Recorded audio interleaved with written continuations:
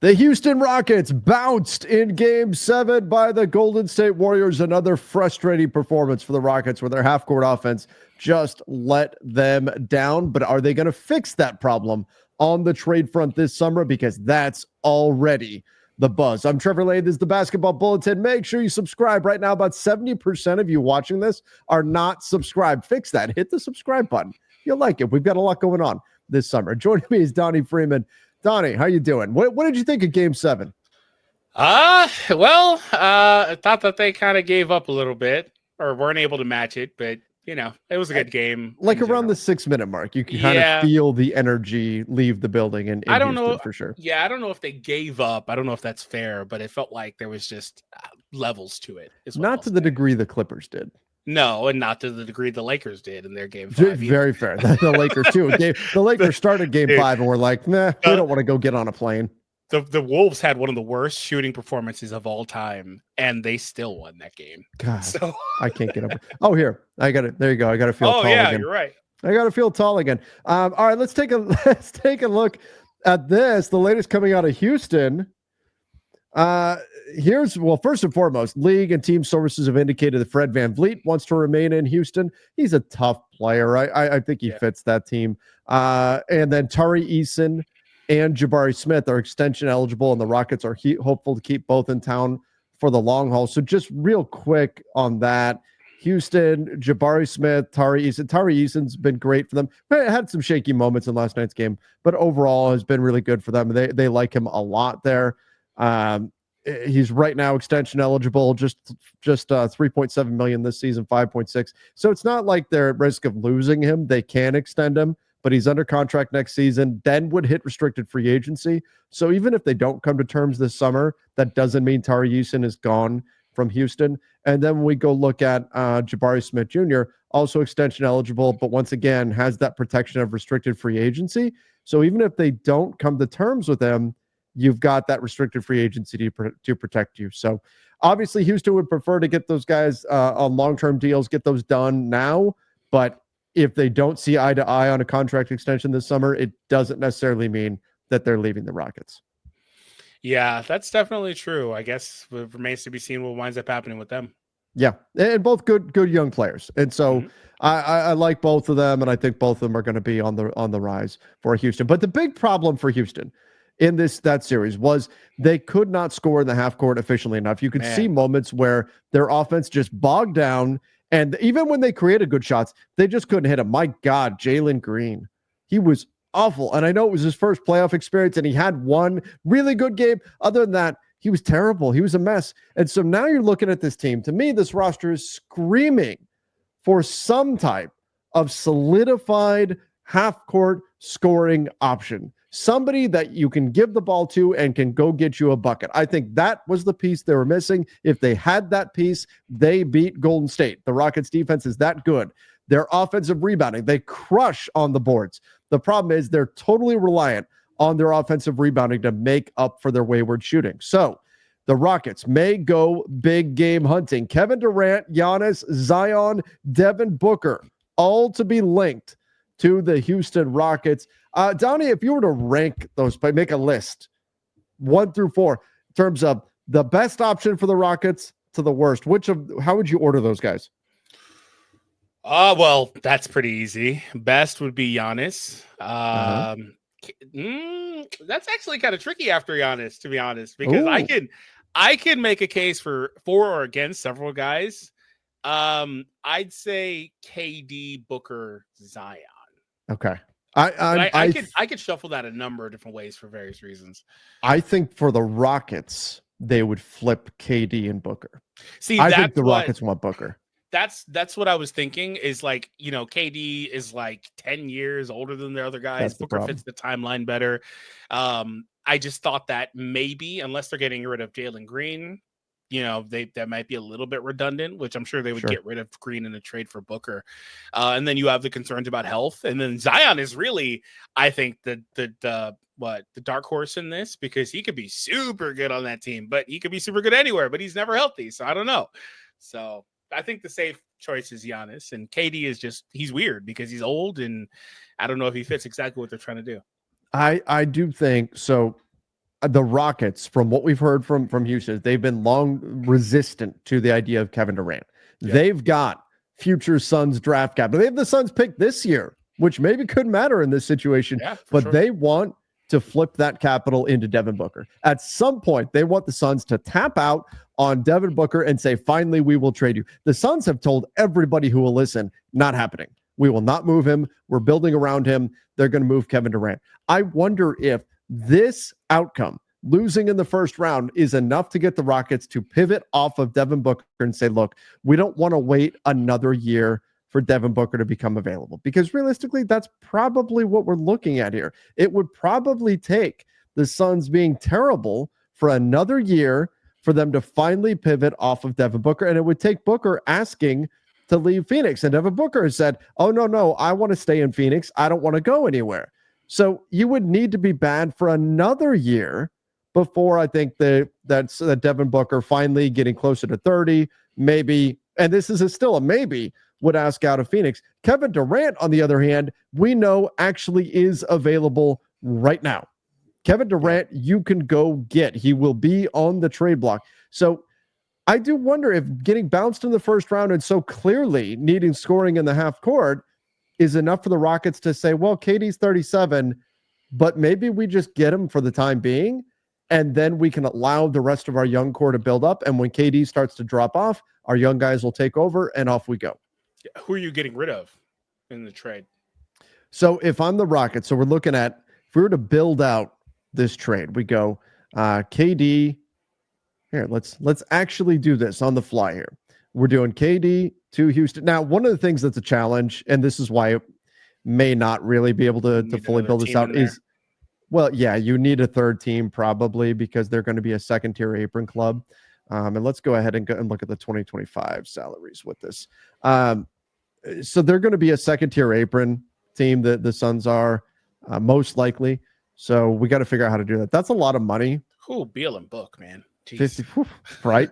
That hurts. But $54 million. Obviously, if you're willing to come off of Fred VanVleet, yeah, that's a big help towards getting there. But otherwise, the problem is you've got this poison pill provision, which Jalen Green, that's going to make things pretty tricky in trying to making a deal work. But could you do something? Is it Jalen Green? Is it? And then you'd have to imagine they're going to want some type of at least matching salary. Can we put the pieces together here? Could you do a Jock Landale and do the Rockets want Jalen Green in a KD trade? Maybe at some point you have to, like, the easiest one would be VanVleet if he picks up his option. Yeah. Like you're right there, VanVleet. But I wonder about Green because again, Booker. Like, do they want that or do the Suns? Yeah, do they want both of those guys in the backcourt? Do they? I mean, that's where maybe you get into a 3-team trade, right? Yeah. Where we're just looking at value. Yeah. And then, so if you've got, let's call it, let's say it's not going to be VanVleet. Let's say it's Green, Jock Landale, and then, God, are you willing to give up Jabari Smith? Reed, maybe? I can't. I don't think they love Reed personally. Reed hasn't played much this season, but they love Reed. See, this is where it gets tricky with trying to get KD there. The reason I asked this is because we talked about these guys in the last video, and quite honestly, I think the Rockets don't need to make a trade like this. Like, if you can get Giannis, fine. I don't think you need to make the Booker trade either. Really, I think they're ahead of schedule. Most of their guys are 22, 23, and they'd be fine. Like, I think you just let these guys develop.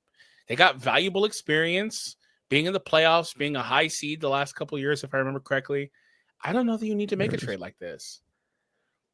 Would you do this? If you could give the Suns back their pick this I would year, do that. That's not Jock, the pick back this year. Let's call it the 9th pick for Kevin Durant. That's not bad. I would do that. I don't think that really compromises your future or anything like that. Yeah.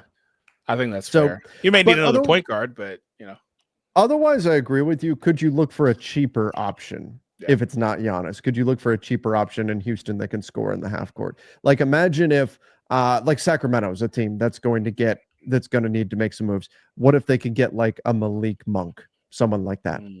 What if they could get in on a guy we're going to talk about in just a minute? What if they could get in on Anthony Simons from the Blazers?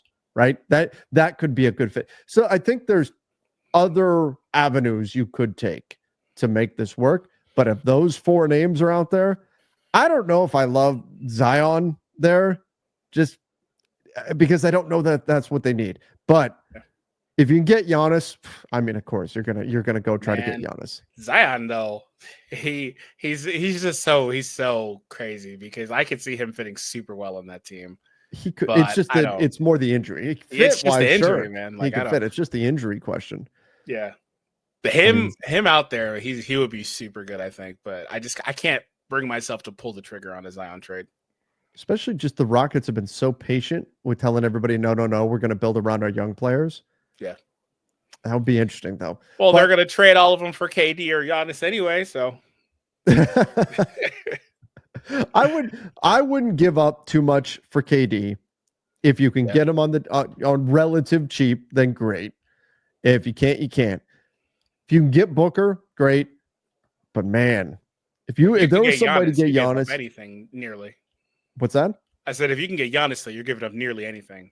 Yeah. I may try to keep Sengun and Thompson, but that's it. Like everyone else has to be on the table. I think Thompson doesn't move. I think Sengun doesn't move. I think everybody else though would have to be on the table in a Giannis trade, and that's where if you're Milwaukee, the Rockets could really blow you away with an offer. I mean, you could start stacking up young guys. We could talk Jalen Green. We can talk Jabari Smith. We could talk Reed Shepherd. We could talk draft capital. They've got, they shorted the future of the Suns. There's a lot of draft capital the Rockets could throw in. If they really want to go after Giannis, the Rockets will be, I think, a real threat to get him. Yeah, I agree. All right. So the only other thing that we've got to mention, and I do think the Rockets, they've been very patient so far. I think they will continue to be this summer, continue to be patient. I do think they could go with a cheaper route to try to add scoring for their half court. They could also go after the big fish. And I think there will be a team to monitor with Zion, Giannis, KD, Booker. But the other thing to take a look at is Anthony Simons, now rumored to be connected to the Orlando Magic. And he was connected to them around the trade deadline as well. Orlando, clearly a team that struggled with their shooting, the worst three-point shooting team in the NBA by a decent margin, could not score nearly enough. Their defense was good, but they also need shot creation. So Simons would kind of check both boxes, giving them a little bit more shooting as well as another creator. I think that's a really intriguing option for Orlando. Yeah, for sure. That would be exactly what they're looking for. And I think even though he has some limitations on the other side, with a team like Orlando, you can really make up for that. Exactly. Orlando's defense, especially playing with Jalen Suggs, who unfortunately was hurt for much of the season. He's able to come back. I love Jalen Suggs is so much fun to watch as a defensive player. He's awesome. And I think you've got some interesting contracts that you could stack up. You've also got future draft capital that you can add, obviously, to help the Portland Trailblazers out. You've got pieces there. I mean, what if they're willing? I don't know if they'd be willing to or not, but if you're willing to throw like Anthony Black into a deal like that, again, you've got some young talent. You've got some interesting players you've got some contracts that you could stack up. I do think Orlando would be a really nice fit for Anthony Simons. And it's time, man. The Blazers, it's time. They've been sitting on Jeremy Grant, on Anthony Simons, on Rob Williams. They demanded these sky-high asking prices. Blazers, it's time. Pivot to the future. You're not winning right now anyway. It's tell time that to them. They started winning at the end of last season. They had different plans. I said, tell that to them. They started winning at the end of last season. They had at the end plans. They did. They're winning now. They're going all in. They're going to keep these guys. He's going to get a new multi-year deal. They're going to re-sign Jeremy Grant. They're going to get him at $50 million a year. They're going to keep it going. Oh my God. Blazers fans are hating you right now. They're going down to Voodoo Donut to try to drown their sorrows in sugar at this moment because they are not happy with you. Look at that. Jeremy Grant. Simons is 25. It's not like they have to move him. They don't have to move him. But Jeremy Grant, I do wonder, Donnie, if DeAndre Ayton survives the summer as a Portland Trailblazer. That's a nice looking contract. That's a big contract. Hiring, that's a nice looking contract. You may be able to get something for a team desperate for a center. The problem is nobody wants to pay him $35 million. Yeah, that's but he knows he's not getting 35. Not There's only only 1 year left. So he better live it up while he can, because he's going to get dealt at that 35 number, and then a team's going to be enjoying getting him for a third of that. Yeah. The reality is going to set in, I think, next summer, for summer after this coming one for DeAndre Ayton.